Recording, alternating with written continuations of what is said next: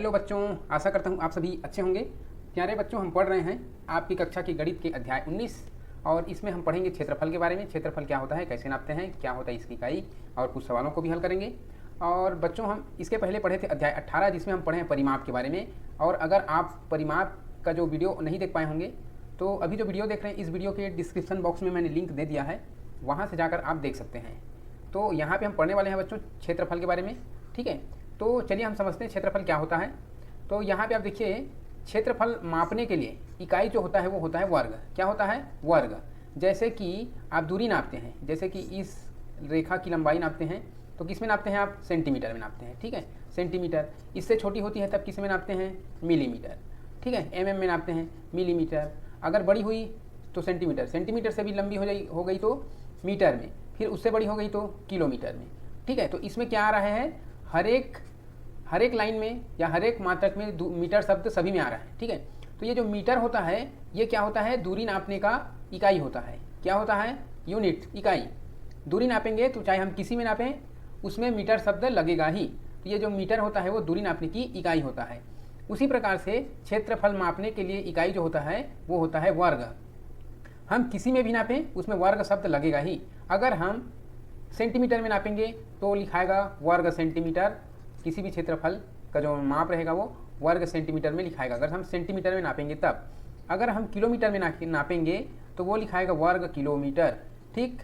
जैसे शहरों बड़ी दूरी होती है तो उसको हम किलोमीटर में नापते हैं, ठीक है। जैसे कि किसी शहर की क्षेत्रफल बताना है तो वहाँ पे वर्ग किलोमीटर में बताया जाएगा, ठीक।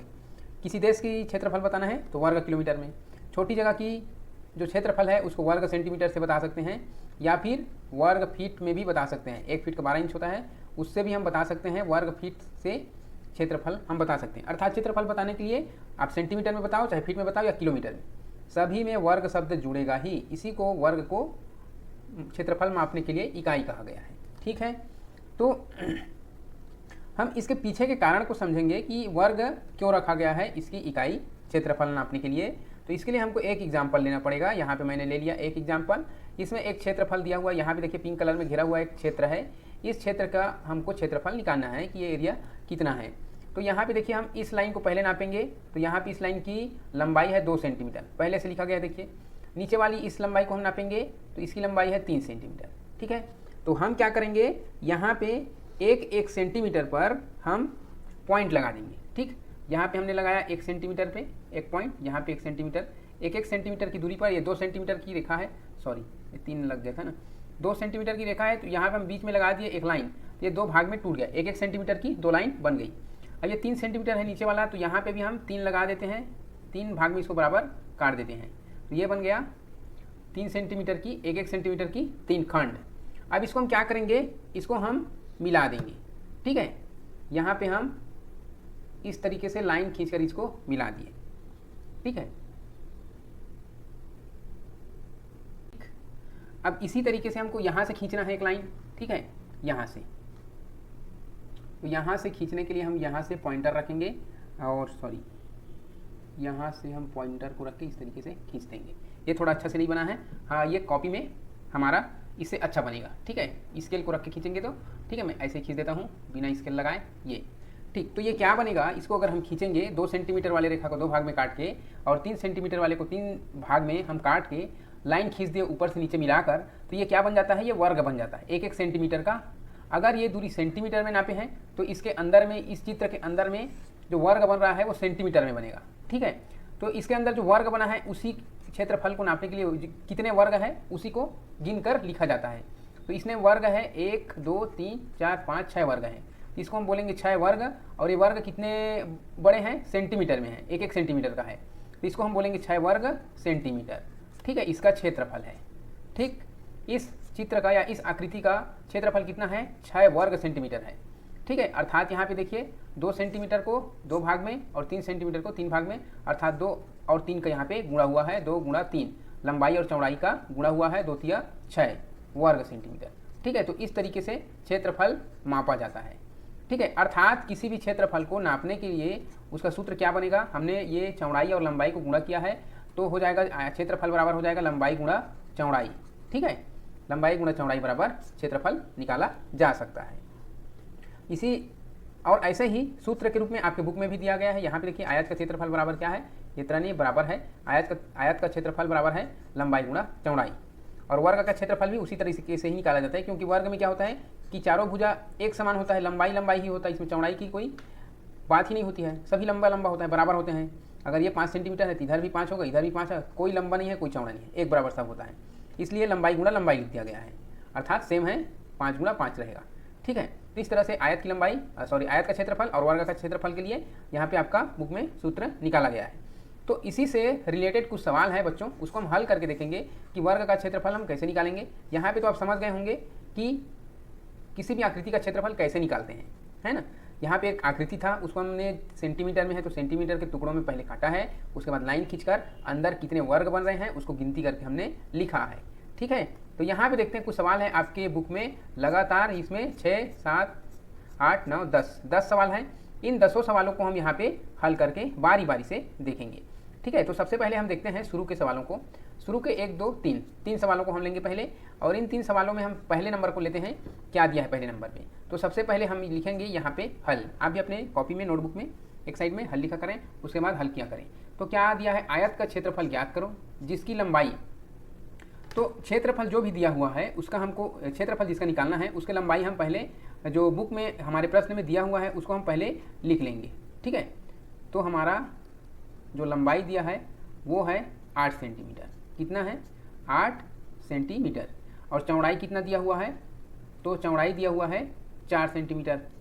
ठीक है, अगर आप इस तरह प्रश्न में दिया हुआ है नहीं समझ पा रहे हैं तो एक आप चित्र बना लीजिए इस तरीके से, जिसकी लंबाई में लिख दीजिए 8, चौड़ाई में लिख दीजिए 4, और चूंकि आयत है तो सामने भी 4 होगा इधर, और 8 के सामने में भी 8 होगा। ठीक, इस तरीके से ये आयत होता है। तो अब यहाँ पे इसकी हमको क्या बताना है, क्षेत्रफल। तो यहाँ से ये 4 टुकड़े में बटेगा, ठीक है, और इधर से 8, तो 8 चौक 32 होगा। तो यहाँ पे आप सूत्र को लिख लीजिए, चित्र को आपके समझाने के लिए था, ये चित्र बनाने की जरूरत नहीं हल करते समय। ठीक है, आप सीधा लिखें यहाँ पे आयत का क्षेत्रफल। आयत का क्षेत्रफल में जो भी आपका फॉर्मूला है, क्षेत्रफल बराबर है लंबाई गुणा चौड़ाई। तो लंबाई गुणा चौड़ाई में जो भी आपका मान है उसको रखेंगे, लंबाई में है 8 सेंटीमीटर तो लंबाई की जगह 8 रखेंगे, फिर गुणे का चिन्ह लगाएंगे, फिर चौड़ाई में 4 है तो 4 लगाएंगे। इसके बाद जो भी इसका आंसर आएगा 8 चौके 32। अब क्या है इसमें, देखिए प्रश्न में क्या है, सवाल में जो सेंटीमीटर लिखा हुआ है, आपको क्षेत्रफल का आंसर लिखते समय सेंटीमीटर नहीं लिखना है बल्कि क्षेत्रफल को वर्ग में बताते हैं, इसलिए वर्ग सेंटीमीटर लिखेंगे। इस बात का ध्यान रखना है, ये इंपॉर्टेंट बात है। ठीक, उत्तर लिखते समय वर्ग लिखना जरूरी रहेगा। अगर सेंटीमीटर में इधर तो वर्ग सेंटीमीटर लिखना, मीटर में रहेगा तो वर्ग मीटर लिखना, किलोमीटर में रहेगा तो वर्ग किलोमीटर लिखना। ठीक, तो ये हो गया इसका आंसर। ये मैंने पहले का आंसर बताया, लेकिन सवाल नंबर दूसरा और तीसरा सेम है, इसीलिए मैंने यहाँ पे दोनों सवाल को और यहाँ पे ऐड कर दिया है। इसी की तरीके से आपको दूसरा और तीसरा सवाल को भी हल करना है। पहले लंबाई लिखना है, फिर चौड़ाई लिखना है, फिर आयत के क्षेत्रफल का सूत्र लिखना है, उसके बाद उसमें मान रख के गुणा करना है। ठीक है बच्चों, तो ये हो गए आपके सवाल पहला, दूसरा और तीसरा। यहाँ पे हम देखेंगे सवाल नंबर 4 और सवाल नंबर 5 को, तो हम हल करते हैं। ठीक है, और सवाल नंबर 4 में क्या है देखते हैं, एक वर्ग की भुजा। यहाँ पे वर्ग आयत को छोड़कर वर्ग की बात कही जा रही है। वर्ग इस प्रकार से होता है जिसकी लंबाई चौड़ाई सभी चारों भुजा बराबर होते हैं। तो एक वर्ग की भुजा 9 मीटर लंबी है, ये 9 मीटर लंबी है। ठीक है, ये सेंटीमीटर की बात नहीं कर रहे हैं, 9 मीटर की बात कर रहे हैं, सेंटीमीटर से बड़ी होती है। भले मैंने चित्र को छोटा बना दिया है तो ऐसा मत समझना कि मीटर छोटी है, मीटर बड़ी होती है सेंटीमीटर से। तो यहाँ पे 9 मीटर लंबी है एक भुजा। तो हम जानते हैं वर्ग के सभी भुजाएं एक समान होती है, तो ये भी 9 मीटर होगा, ये भी 9 मीटर होगा, और ये वाला भी 9 मीटर होगा। ठीक है, तो किन्हीं भी हमको लंबाई और चौड़ाई के लिए किन्हीं भी 2 9 को आपस में हमको गुणा करना पड़ेगा। ठीक है, उस वर्ग का क्षेत्रफल ज्ञात करो लिखा हुआ है।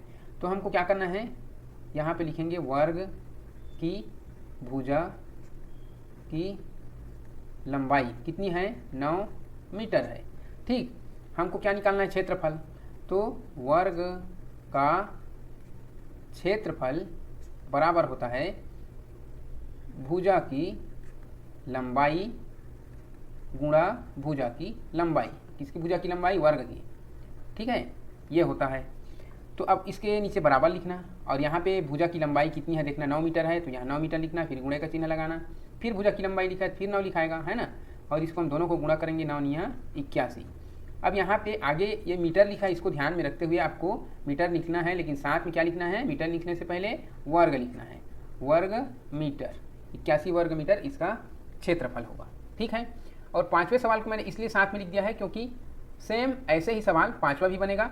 आपको पहले वर्ग की भुजा की लंबाई 16 सेंटीमीटर उसको लिख देना है, उसके बाद में इसका फॉर्मूला लिख देना है। फॉर्मूला लिखने के बाद में जो 16 है, यहाँ पे 16 आएगा, यहाँ पे 16 आएगा, और नीचे में 16 को 2 बार गुणा करने से जो आंसर आएगा वो नीचे लिखाएगा। ठीक है, तो इस तरीके से 5वां सवाल हल होगा। तो वैसे ही हल होगा, सेम प्रोसेस है, इसलिए मैंने वहाँ पे लिख दिया है। अब हम देखेंगे आगे 6वां और 7वां सवाल, जो कि दोनों के दोनों एक जैसे ही हल होंगे। तो हम यहाँ पर भी एक सवाल को हल करके देखेंगे। ठीक है, तो यहाँ पे हम हल करते हैं 6वें नंबर को। कबड्डी का मैदान 14 मीटर लंबा और 8 मीटर चौड़ा है। देखिए, कोई भी अगर दूरी बताया जा रहा है और एक ज़्यादा बताया रहा है, एक लंबा बताया जा रहा है, तो इसका मतलब आप समझ लीजिए कि आयत की बात कर रहा है। एक 14 मीटर बोल रहा है, एक, और इसी प्रकार से होता है, कबड्डी के बीच में लाइन होता है और ये दोनों तरफ फिर रहते हैं, है ना। तो यहाँ पे 14 मीटर लंबा और 8 मीटर चौड़ा है, मैदान का क्षेत्रफल कितना होगा। तो यहाँ पे क्या करना पड़ेगा, 14 गुणा 8 करना पड़ेगा। तो इससे पहले हम इसको मिटा देते हैं और यहाँ पे लिखते हैं मैदान की लंबाई। ठीक है, प्रश्न में जो दिया रहेगा पहले उसको आपको लिखना पड़ेगा। मैदान की लंबाई, लंबाई कितना है, मैदान की लंबाई है 14 मीटर। ठीक, चौड़ाई कितनी है, मैदान की चौड़ाई कितनी है, 8 मीटर। ठीक है, और यहाँ पे ये कैसा होता है, 14 मीटर लंबा है, 8 मीटर चौड़ा है, तो ये आयत के समान होता है। ठीक है, तो इसलिए आयत के समान होता है, तो हमको आयत का क्षेत्रफल वाला सूत्र यहाँ पे लगाना है। आयत का क्षेत्रफल बराबर क्या होगा, आयत का क्षेत्रफल बराबर लंबाई गुणा चौड़ाई। ठीक, तो लंबाई कितनी है, 14 मीटर है, हमने लिखा है, तो यहाँ पे हम लिखेंगे 14, फिर गुणा का चिन्ह लगाएंगे। चौड़ाई कितनी है, 8 मीटर है, तो 8 लिखेंगे।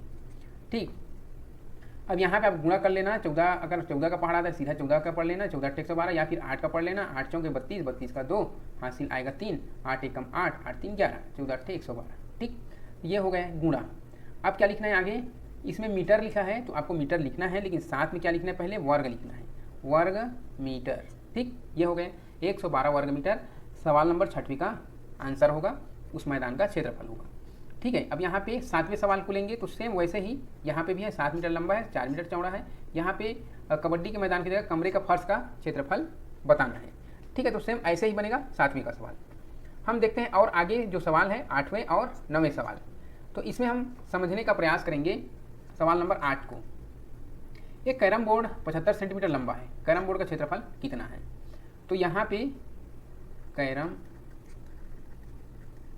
बोर्ड का लंबाई, या लंबा दिया है तो लंबा लिखेंगे तो भी कोई फर्क नहीं है, लंबाई कितना है 75 सेंटीमीटर है, यहाँ पर हम लिख देंगे 75 सेंटीमीटर।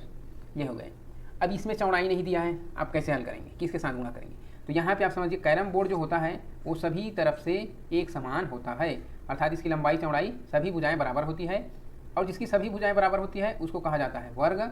अर्थात ये इसकी 75 सेंटीमीटर है एक लंबाई, तो अगला भी 75 सेंटीमीटर होगा, सामने वाला भी 75 होगा, बाजू वाला सभी भुजा 75 सेंटीमीटर होंगे, अर्थात इसमें 75 गुणा 75 करना पड़ेगा। ठीक है, ये कैरम बोर्ड का लंबाई हो गया। यहाँ पे आप लिख सकते हैं, चूंकि कैरम बोर्ड वर्गाकार होता है इसलिए वर्ग का क्षेत्रफल, चूंकि कैरम बोर्ड वर्गाकार होता है इसलिए वर्ग का क्षेत्रफल। ठीक है, तो वर्ग का क्षेत्रफल बराबर क्या होता है, इसको फिलहाल हम इरेज करते हैं, खाली जगह। वर्ग का क्षेत्रफल बराबर होता है लंबाई गुणा लंबाई, इसमें चौड़ाई होती ही नहीं वर्ग में।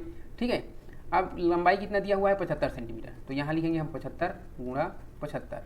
ठीक, और इसके बाद हम इसको गुणा करके हल यहाँ पे आंसर लिखेंगे, और यहाँ पे हम लिखेंगे इसका जो उत्तर आएगा वो आएगा 5625। अब इसके साथ में जो सेंटीमीटर लिखा है इसको लिखते समय आपको ध्यान रखना है, सेंटीमीटर लिखने से पहले आपको वर्ग लिखना जरूरी है, तभी आंसर आपका सही कहलाएगा। ठीक, ये हो गया वर्ग सेंटीमीटर इसका क्षेत्रफल कैरम बोर्ड का। ठीक, तो उसी प्रकार से 9वां सवाल भी है, यहाँ पे भी वर्गाकार बगीचा दिया हुआ है, उसका क्षेत्रफल बताना है जिसकी लंबाई 55 मीटर है। तो लंबाई गुणा अगर लंबाई रहेगा तो 55 गुणा 55 रहेगा, तो आंसर किस प्रकार से निकालना है आप समझ गए होंगे। सवाल नंबर 9 को आपको खुद को हल करना है। यहाँ पे हम देखेंगे सवाल नंबर 10वां। जो कि प्रश्न में लिखा है खेल के एक मैदान की लंबाई उसकी चौड़ाई की 2 गुनी है। यदि मैदान 9 मीटर चौड़ा है तो मैदान का क्षेत्रफल आपको बताना है। तो प्रश्न को आप पढ़िए, फिर समझिए, तब दोबारा पढ़िए, नहीं समझ आ रहा है तो उसके बाद हल करते हैं। ठीक है, तो हल करने से पहले आप यहाँ पे बाजू में हल लिख लेंगे और उसके बाद प्रश्न को समझेंगे इसमें लंबाई क्या आएगा। तो देखिए यहाँ पे मैदान 9 मीटर चौड़ा है लिखा है, तो हम पहले लिख लेते हैं, लंबाई हमको नहीं दिया गया है सवाल में, तो मैदान की चौड़ाई को हम पहले लिख देते हैं। ये है 9 मीटर चौड़ाई हमको मिल गए। अब लंबाई नहीं दिया, लंबाई को क्या कहा है, चौड़ाई की 2 गुनी लंबाई। मैदान की जो लंबाई है वो चौड़ाई की 2 गुनी है, तो चौड़ाई कितना है, 9 है, तो मैदान की लंबाई क्या होगी, मैदान की लंबाई होगी चौड़ाई गुणा 2, चौड़ाई की 2 गुनी है, तो चौड़ाई में हम 2 का गुणा कर दिए, 9 दूनी 18 हो गए, ये हो गया 18 मीटर। तो लंबाई हमको मिल गया 18 मीटर, चौड़ाई मिल गया 9 मीटर। अब बताना है मैदान का क्षेत्रफल। तो यहाँ पे लंबाई 18 हो गया ज़्यादा, जस्ट डबल, और चौड़ाई है 9, तो ये कौन सा चित्र बन गया, आयताकार बन गया। तो हमको आयत का क्षेत्रफल वाला यहाँ पे फॉर्मूला लगाना है। तो यहाँ पे हम लिखेंगे आयत का क्षेत्रफल बराबर लंबाई गुणा चौड़ाई। ठीक है, इस तरीके से लंबाई कितना है, यहाँ पे 18 मीटर आया है, तो 18 लिखेंगे, गुणा चौड़ाई कितना आया है, 9 है ना, यहाँ पे चौड़ाई 9 मीटर लिखा है। ठीक है, तो यहाँ पे हम गुणा करेंगे, तो या तो आप 18 नहीं, आपको अगर आता है पहाड़ा 18 नहीं पढ़ लीजिए, 162 होता है, या फिर आप अलग अलग भी गुणा करना चाहेंगे तो 9 8 72 का 2 हासिल 7, 9 एकम 9, 9 का 1 के साथ 9 एकम 9, 9 और 7 16। तो इस तरीके से 162 भी ला सकते हैं अलग अलग गुणा करके, या फिर एक ही साथ कर सकते हैं ना। तो ये रहा 162। अब इसमें मीटर लिखाएगा, और मीटर लिखने से पहले आपको वर्ग लिखना जरूरी है। ये हो गया 162 वर्ग मीटर इस मैदान का क्षेत्रफल। ठीक है, तो ये सवाल थे कुछ बच्चों आपके क्षेत्रफल से संबंधित चैप्टर का। तो ये हुआ सवाल समाप्त, और हम अगले वीडियो में पढ़ेंगे कुछ और इसी अध्याय का कुछ और सवाल हल करेंगे। तो अभी के लिए फ़िलहाल इतना ही, आप वीडियो से बने रहें, इसके लिए आपको बहुत बहुत धन्यवाद। Thank you so much. ठीक है।